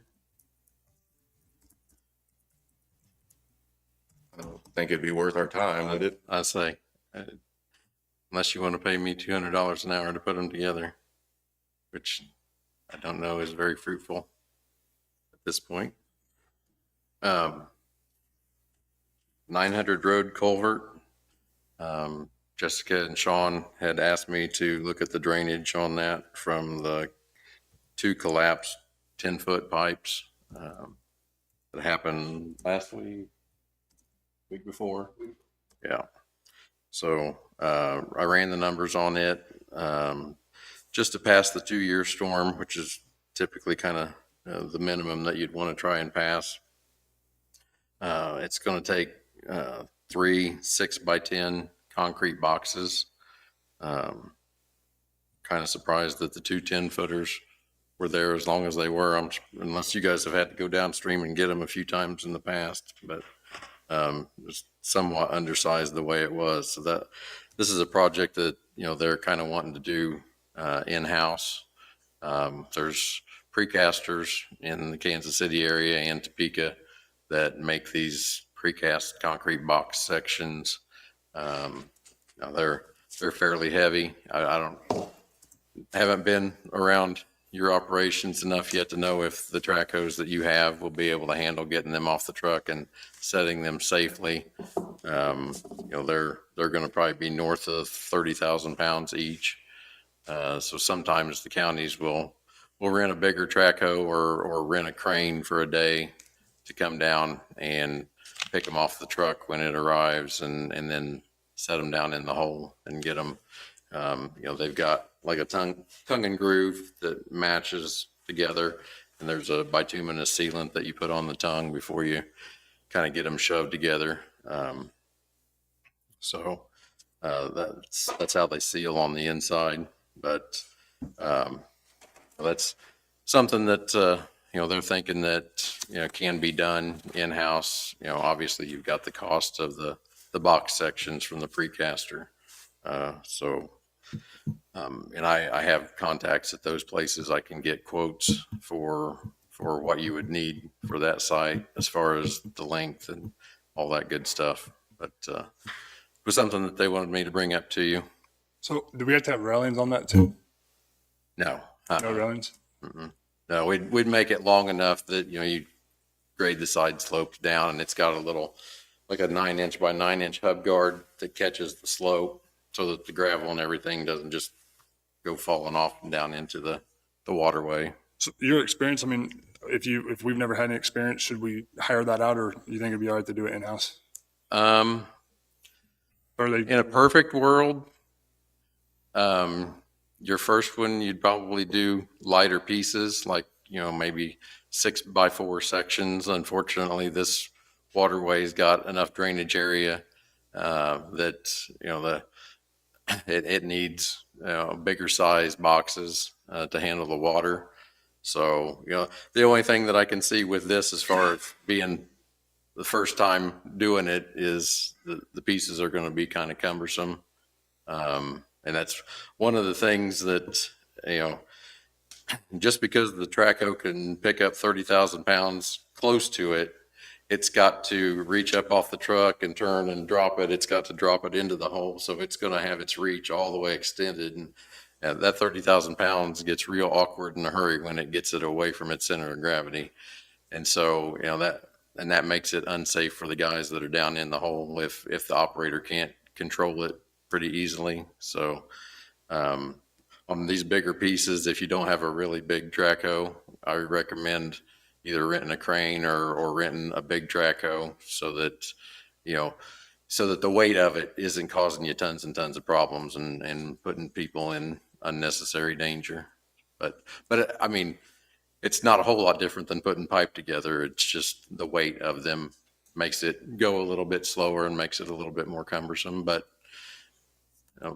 most counties, this is something that they do on their own. I think with us being reimbursed for this damage, I think that we should outsource it and have somebody come in and do it and keep our people on the roads. Go out for bids for it, what you're saying, to see what we can get done. One thing that's not so bad about that idea is it also gives your people a chance to see it go in, and you can kind of take some notes on what the contractor was doing. And, those guys always have some little horse sense things that you wouldn't necessarily think about. I know they always keep like 6x6 posts and stuff with them, so they can put them up there in the track hoe bucket. They can push on that instead of breaking the tongues off of the concrete. And, you see those guys do it, and gives you a lot of ideas for yourself.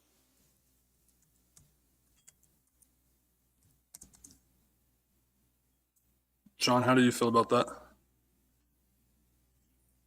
I'm not saying our guys aren't capable of doing it. I'm just saying I think that with No, the I weight think- and all that, I think it'd be. With the jobs that we have in hand, and the tasks that we've got outlaid, for the near future, that it's reasonable to go out.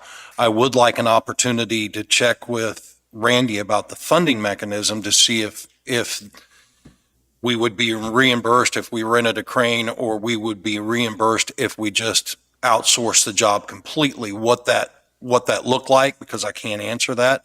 But if we can do that and outsource it and get reimbursement on it, I would say that would be the best option. And I'd also like our engineering company to spec out his plan for it and put it out to bid for us. That way we get exactly what we are looking for with the waterway movement and the installation. Something to look into for cost too, to see if it's being reimbursed for his. I'll check on the cost and see what the reimbursements would look like. But if that's the case, then I'd ask that we go move forward and let them. Well, I think either way, we're gonna have to move forward and get it engineered, right? Yeah. I mean, one other thing that you could do if the contracted portions aren't covered in the reimbursement is, you could still contract it out, but say the county is going to pay for the box sections to be cast at the precaster and delivered to the site. That way, the largest part of the job cost, would be reimbursable because you'd be buying it and supplying it to the job site. You'd just be having a contractor install it. So worst case scenario, if the contracted work. Contract gonna- would be the only thing that wasn't reimbursable, is what you're saying. Right. They're going to reimburse us on this, even if your plans are showing that our culverts weren't the right size, or Well, that's. is there going to be any issue as far as us getting reimbursed, I guess? That's going to be the question I need to find out first, is whether or not the damage was storm related, whether it was undersized, I need to find out what their reimbursement will look like. Because I can't answer that until I work with them on that. So could they tell us, just like the bridges, that this was pre-existing damage? It went around the tubing. Was the tubing in the newest condition? No, but as far as the reimbursement, I'm going to have to work with them and find out what they will reimburse and come back to you and say, hey, these are the amounts or what they're willing to do. But normally that would happen towards the end of this project. I'm going to have to reach out and find out before we do it.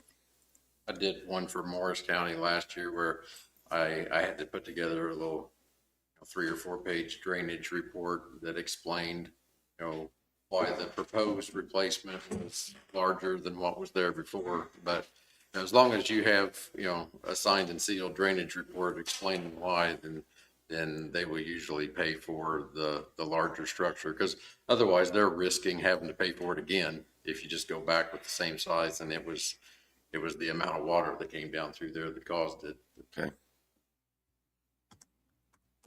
All right, so we'll get those figures and find out if it's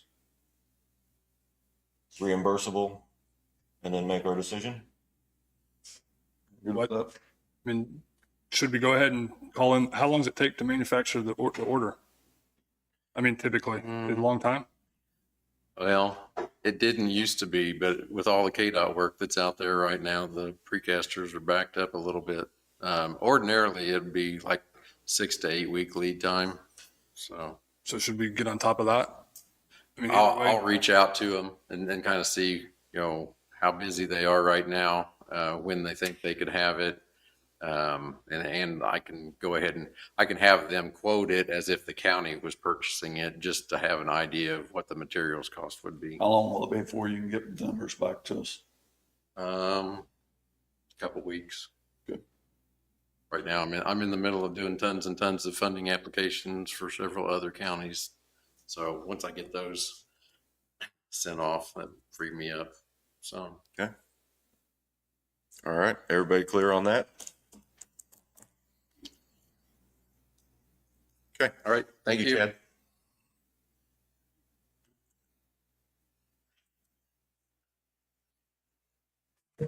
Commissioners, that's all we had for you today. Again, I'm going to have to give some answer back to the KDOT program. And just for clarification, as far as the items that I put out for the agenda, and we've had a lot of discussion, a lot of questions that get asked of me that I don't immediately have answers for. And I think if you look at my agendas, at the bottom of those, they always say if there's an item that you want to discuss in detail or a different item that's not on that agenda, if we're going to have a productive discussion on it, if you'll reach out to me, send me a text, send me an email, I'll get the answers to your questions and bring them to you so that I don't have to tell you, I'll go get that. I'll reach out and get those answers and bring them into you. Again, that's all I had for you today. Okay. All right, we'll go ahead and open it up for public comment. The citizen desiring to speak on an item not on the agenda may do so at this time. Discussion is limited to 5 minutes, and the commission will not take action at this time. Items introduced under public comment may become agenda items for a later time and date. Is there any public comment?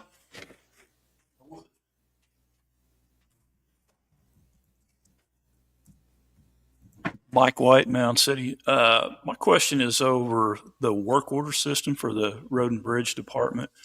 Is once a landowner or whoever initiates the work order, what's the priority system then at that point? It goes to the foremans to set priority. what's their criteria for priority? I think they look at it like emergency routes, bus routes, and then so on after that, like which ones are used the most for those. So they do have somewhat of a checklist that they go through to prioritize. Checklist? Yeah. I couldn't answer that. I've thought about the same exact thing. And the foreman I talked to last week he kind of mentioned how he did it, and he said he wrote up on the whiteboard, and if it was a school bus route, it was important, 911, or a really active road, things like that. I'm not exactly sure. So Well, maybe that's part of the problem is that we don't have an efficient prioritization to these work orders because, I came out of a system where we used SAP and I hated SAP, but SAP was really efficient at identifying what priorities were, whether it was critical equipment, et cetera. And it seems like we're having a bit of a knee-jerk reaction to these work orders, and instead of we could address a lot of the work orders just by having done routine maintenance on the roads is what it kind of appears to some degree. I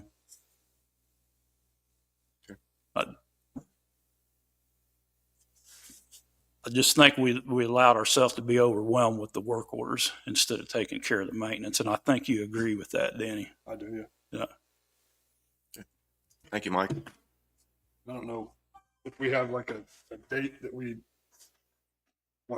have these change orders, completed in or not. Because I know he'd mentioned something about culverts and stuff that aren't really a priority.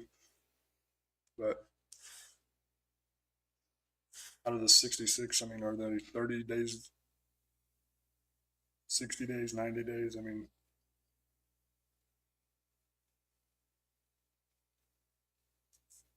I think we look at it again next week when we make our determination whether we're going to allow for overtime or again next week. That we have them bring in the number of tickets open, how many have been closed, so that we can kind of see if progress is being made.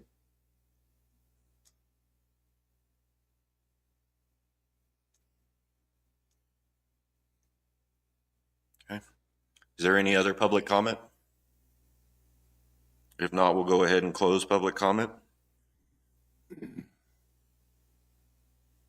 David, do you have anything?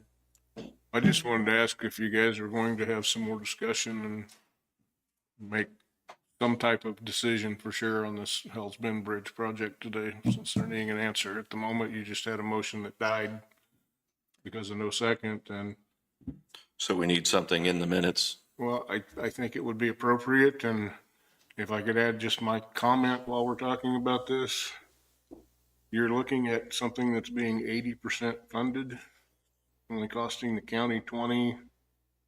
And I do not claim to be a bridge expert at all, but I think if it's a bridge that at some point would need to be replaced, I don't understand why you wouldn't take advantage of that 80% funding and do it.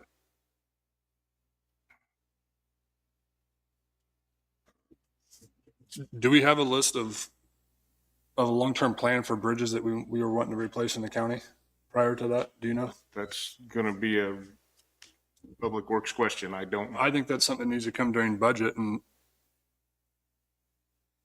I never seen one, so I don't know. We got a historic bridge out on, I think it's Ungenauer, that doesn't look like its life's gonna last too much longer. It could, I don't know. I've never seen a report on it, but I've never seen it on a list to see whenever we plan to replace it. We have I've never seen a tentative plan for any kind of bridge replacement. Have you guys? So he sent out a spreadsheet 2 weeks ago, 3 weeks ago when we started talking about this. No, I remember seeing it. Yeah, it was their report of the bridge, right? It had the other reports, like that's where the other bridges that we were talking about, maybe going with Call Valley and trying to get more grant funds to replace. There was 2 other bridges that we were looking at along those lines. But when we do our, what is it? Every 2 years we do a bridge inspection. Right. I don't understand why we don't ask them what their opinion is on the life expectancy of that bridge while we're doing the report. not just a 4 because the deck's bad or a 6 because one of the piers is bad. Like, I think that we're paying them for the inspections. Why are we not getting a detailed report of like, hey, you guys, this should be in your long-term plan for the next 10 years to replace this bridge? I understand we're not getting anything. That's what, I mean, But we're supposed to be getting it for this year, correct? I don't know. I know back when Rick was on the board, he had asked about the guardrail system to be part of the inspection, and I've still never seen nothing from that. Because if it's a certain distance from the road to the bottom of the 4 ditch foot or down to the something, you water, don't or have to have something a like that. culvert. And if they don't require a guardrail if it's Right. less than 4 feet. And I know Rick had mentioned that and talked about that, and I've never seen anything for that either.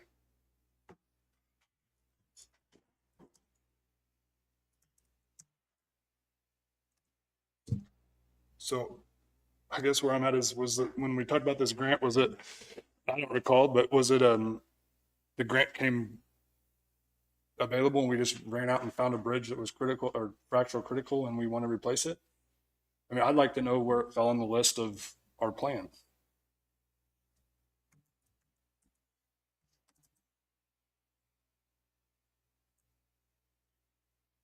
It was before my time, Danny, so I don't know. I think you were the only one that was on the board at that time. I don't think he was on in 16, was he, Danny? No, I wasn't. 16? 16 is when it started, wasn't it? Yeah, 2020 2020 is when it was when we went for the grant. I think there was work clear back in 16. They started in 16, Project. is what I think.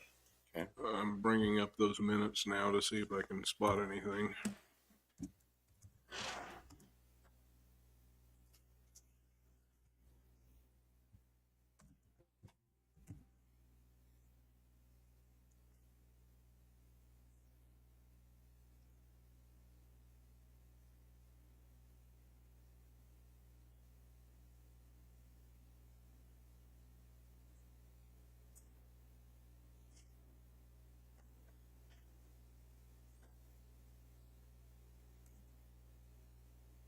David, while you're looking at those minutes up, could I ask Jason and the other members here if you think it would be useful? I've talked to each of you individually over the last week about different topics, and I think each one of you at one point or another said, maybe this is something we should take up in an executive session and spend some quality time talking about some of these issues, not making decisions, but talking about processes and procedures and the best way to get some of the county business done. Is there time today, or would it be better on another Monday meeting? There's something critical today that needs an answer by this afternoon, and it might be useful to talk about in an executive session, and then come back and make a final determination, tell Public Works, and then pass the message along to KDOT, yes or no on Hell's Bend Bridge, among other topics. Is there 30 minutes or 45 minutes available today for executive session and hash out a few of these things? I'm seeing some needs. I'm good with it. Danny? I mean, what is our stipulation for going into executive session?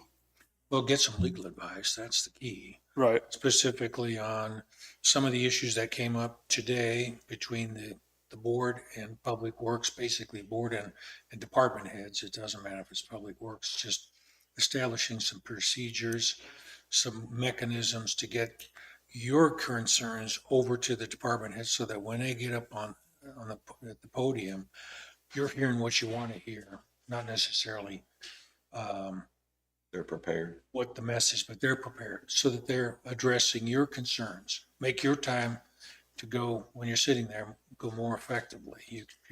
Then you can zero in on a decision rather than asking questions that might have been asked or at least answered if they were better prepared before they get up there. Does that make sense?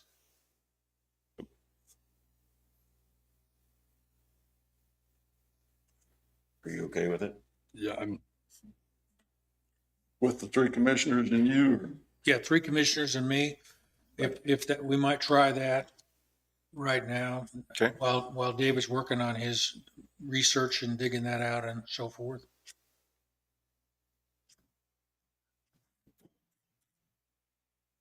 I'll make a motion that we go into executive session for 30 minutes, returning at 11:35 for legal with the county counselor and the three commissioners.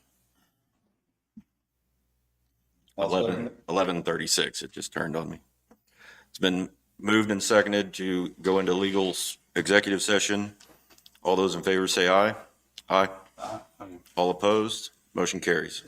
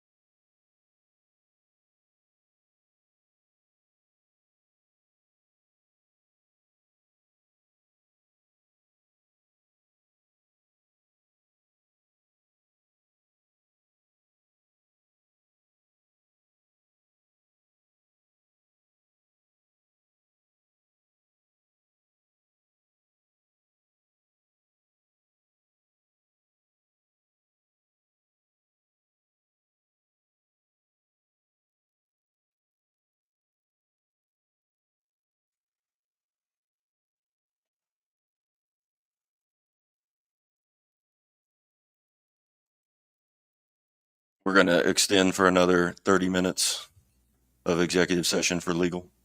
I'll second it. Moved and seconded to extend for another 30 minutes for legal. All those in favor say aye. Aye. Motion carries.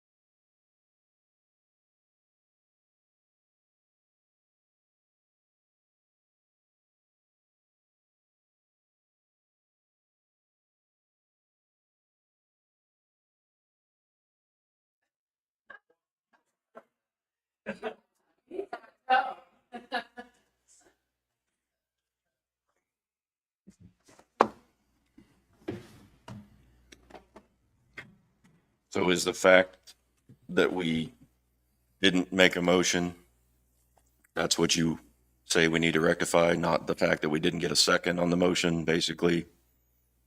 Well, I mean, that's a procedural thing in minutes.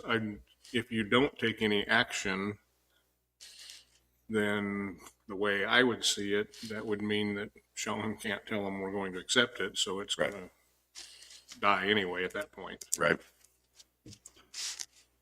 That's the way I see it.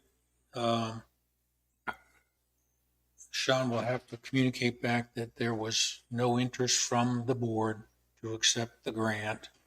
Thank them for their time.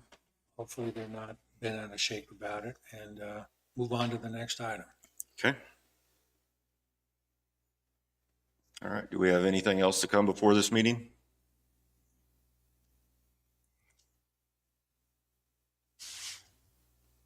Yeah, I do have.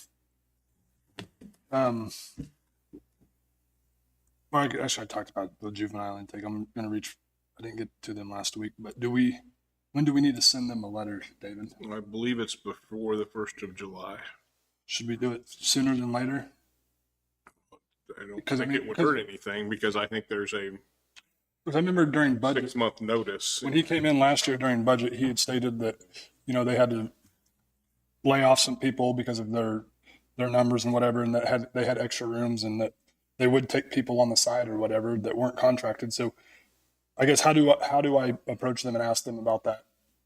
I mean, do I tell them that we're planning on, terminating their contract and we'd like to see what they offer for night to night or as needed, or?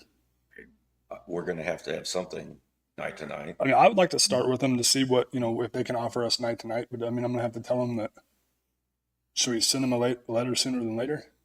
But I mean, and aren't we trying to figure out what our other options are? Don't we need to have our options in place before we send them the letter saying we're going? Well, I mean, I think from when he came in and talked in the budget, they have an option of an as needed basis. So, I mean, I think it's something.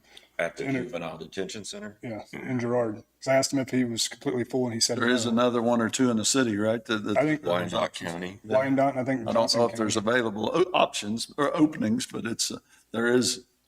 Well, if you're not ready to make a final decision on canceling our contract with them, would it hurt anything just to send them a letter of we're looking at all the options we have and wondered what you would have if we were not a member and Yeah. could you That would offer? make sense.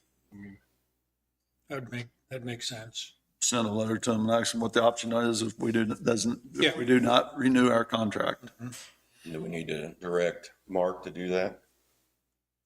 Yep, that would be a good letter to send. Okay. And I'll be happy to craft that for I'm good with Jason's that. signature, and, I'm good with that as well. okay, we'll get it done. Thank you, Danny.